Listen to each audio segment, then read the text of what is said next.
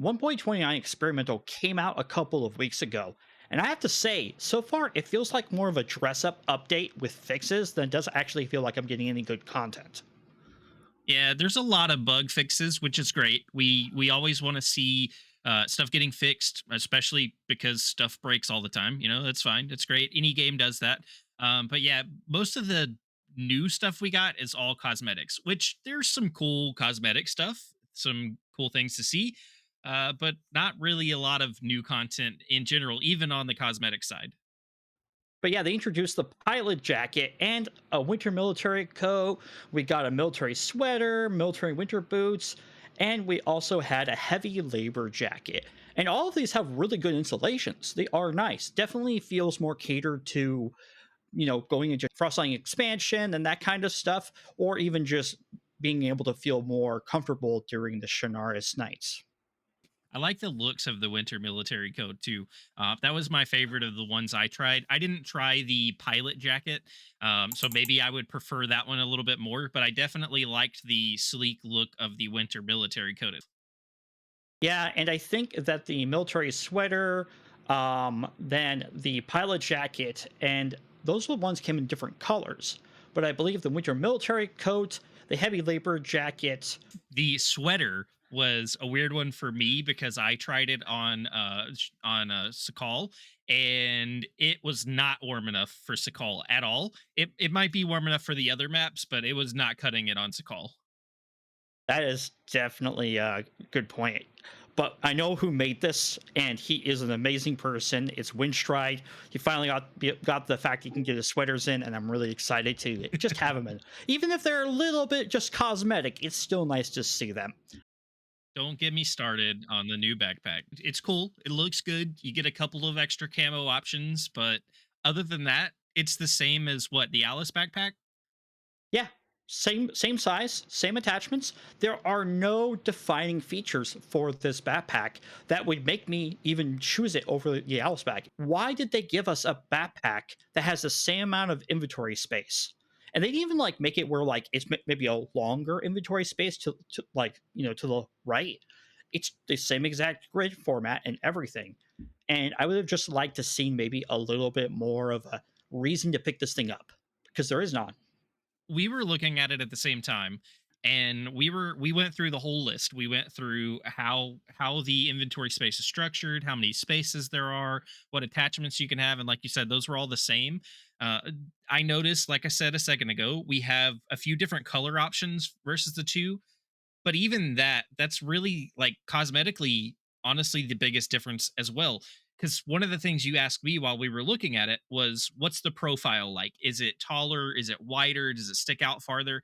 Everything was relatively the same, except the Alice bag is slightly shorter. The new backpack sticks down a little bit farther below, like towards your waist, and a little bit higher above your shoulders, character wise, than the Alice bag does. But other than that, they look relatively similar. The bunker. You got to explore the bunker, didn't you?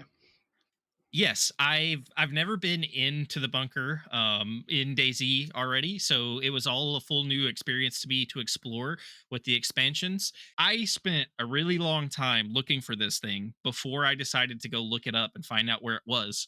And I kept hearing the phrase hidden bunker thrown around.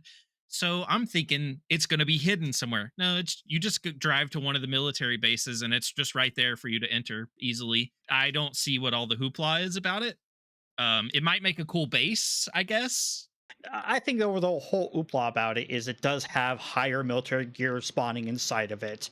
You do have to kind of go through this little bit of like a unflushed out narrative where you find I think a scientist up on the mountain and he has a key and you have to go all the way to the bunker and then there are people wanting to fight you because they want the rare loot. And it's kind of more of a the implications along that time is what makes the bunker so much more impactful. But yes, I do agree the bunker itself on Frostline has always been to me kind of a meh. But then again, so were the islands off the main island for quite a while. I probably would have a lot more respect for the bunker if I had gone through the whole process of getting the story behind it and how to unlock it and everything. But they also did some changes to the official servers One of those changes is making all of the official servers, I believe maybe not the hardcore ones, but they're like more bright. They changed to the brighter nights. I'm not really sure how I feel about that because, again, yes, brighter nights makes it a lot easier to play and it's a lot more possibilities. Like, I know so many of my friends, Dimension, that will log out the minute it becomes nighttime. And it's just like, but why, guys? And it's because they feel like because they can't see anything and because any kind of light they produce, they're just going to get shot. You and I have played plenty of servers with dark nights, and we've spent a few nights just kind of camping in a house because it was so dark and we kept losing each other. We've also played times where one of us had a glow stick out, and that's the only way we were able to follow each other is by seeing the glow of the glow stick in front of us. I'm going to kind of rewind back to the bunker because I forgot to mention something I want to mention earlier. The lighting in the bunker is very weird. I was switching back and forth from day to night, and being in a bunker underground with two bulkhead doors that I have to open and close to get in, I could visually see lighting changes from day to night. It would obviously get darker at night, and then when I would switch it back to day, it would be brighter. That was real weird to me, and I don't know if it's meant to be that way, if that's just a weird thing. I have no idea. But yeah, I didn't like that about the bunker. They fixed a lot of stuff. And I think what's cool about this and gets me a little bit happier is they are addressing again more of the people who are trying to glitch into bases or dupe items. And a lot of this looks like they're really trying to solve not only polishing, but also overall trying to fix the game as they go along. I mentioned this to you when we were talking about just like reading over this list. And this is not a dig to DayZ. This is nothing negative about them. But I was kind of surprised at how many fixes were in this update because DayZ's been out for so long.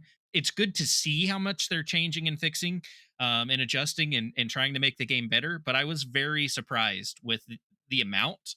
And maybe that's just because I'm not as familiar with the other DayZ updates that I should be. But like you said, it's good to see that they're making these changes and they're trying to fix these things, especially the collision issues, the clipping into bases. One thing that I would really like to see fixed, hopefully with the next update that we read into, was the silenced weapons inside buildings. That threw me off big time. They know it's an issue. It's they're working on it, so hopefully it'll be get fixed soon. But yeah, that was a little bizarre. But little things like that. Yeah, and then there are other cool ones like they made it so that contaminated zones didn't become invisible over time. So like you didn't accidentally run into a contaminated zone and start, choking and getting that blood sickness. And then also was one that stated out front that they did this to stop players duplicating items.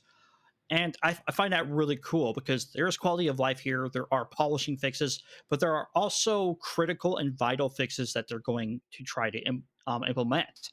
Now, of course, a lot of these tickets are available for you to see if you look at the patch notes. But I also always loved that DayZ allows you to go back and look at the tickets that were created for this and to see what kind of conversation happened and that kind of stuff. It really does. Of course, they can't give us tickets for every single one of these. One of the things that stood out to me on this list was the fix for cars could crash without apparent reason due to unexpected collisions with terrain.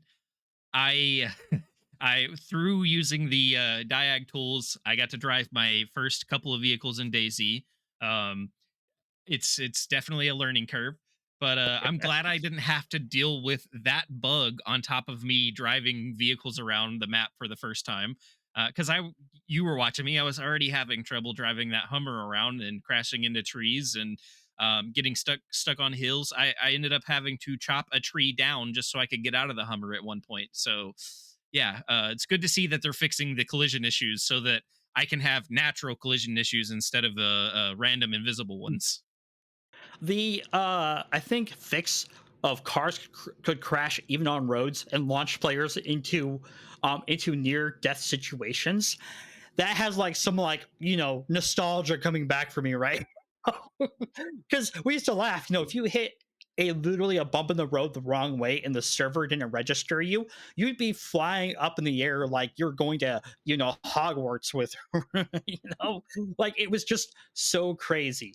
This is more of a general update. I know I said that it's kind of cosmetic or dress up, but I do feel that's the case. all the clothing items, even the backpack, they all are nice. However, I don't really see really any benefit to them overall. And that's what I kind of like to see in DayZ a lot. A lot of time is that there is a benefit to these things. There's always another reason to use them or whatever else. Remember, folks, if you're trying to switch out gear dimension, do not switch it from your inventory with the item on the ground. So, like, you find a thing of pants on the ground and you drag it to your pants, it will swap it, but sometimes it will swap it and fall straight to the ground underneath the house. And if you haven't taken all your items out of it, you're effed. That's a good tip. I'll have to remember that. Let's look at more of this dimension. We have the Shanaris changes. There's some floating trees. People could see through Pacific walls by squeezing between it and containers. That was a good fix that they focused on there. Yeah, you wouldn't want to make it easier for people to get in bases because you definitely want someone sitting there for an hour and a half trying to pick the four combination bike lock. God forbid you be able to slip into their base an easy way. Moving on to Livonia, they have some items and widgets could be inaccessible in swampy locations with reeds. I'm guessing that is kind of playing to the reeds had some sort of like view geometry, and like whenever they were moving, the player lost the ability to see the items they have in there. Not really sure about that one. Be kind of interesting. We learn more about it. I wonder Uh, if it kind of works like you were talking about, like swapping items and it clipping through the floor and disappearing. I wonder if it was kind of clipping underneath the reeds and water, and it wasn't registering as being able to be picked up anymore after that. Yeah, you're right about that one. If you go far enough out in the water and drop stuff in the water, you won't be able to see it even if you're standing on top of it. I used to do that actually at the gas station near the southeast military area. There's this big like bay, like a huge like circle kind of curve to it, and the entire area you can walk up to like your waist, and you can drop like the storage crates or the dry bags, bury them and stuff. It was one of my more clever ways of keeping items back in an official. Also, in this update, they didn't forget about the modders and trying to figure out these things. Terrain Builder got some help trying to make it a little bit easier for them to use. Listen, I'm not a modder, so that stuff I love hearing people that are passionate about it talk about it, but that stuff goes over my head so much. But I also love seeing any game that lists modder updates and modder help and modder fixes, especially a game that's as old as DayZ, because modders can really add some new life to this game. Just to rehash back Dimension, I think this update didn't have a lot of meat to its content. It was good cosmetics, it was good to see some of this stuff, but overall, I think it was just about fixes and improvements and polishing. Which is not a problem at all. I don't want it to come across that way. That's not an issue at all. There were a few things on this list that I was hoping would be a little more useful. We already talked about the backpack, but it is what it is. New items don't necessarily hurt anything. These items just may not benefit as much as we thought they would. Don't worry, I'm pretty sure people are going to grab their pitchforks and torches and be all up in arms that there wasn't a new gun added, there wasn't this added. Ah! They'll just have to get the new bear headdress and just bear with it. Smash that like button and don't forget to subscribe.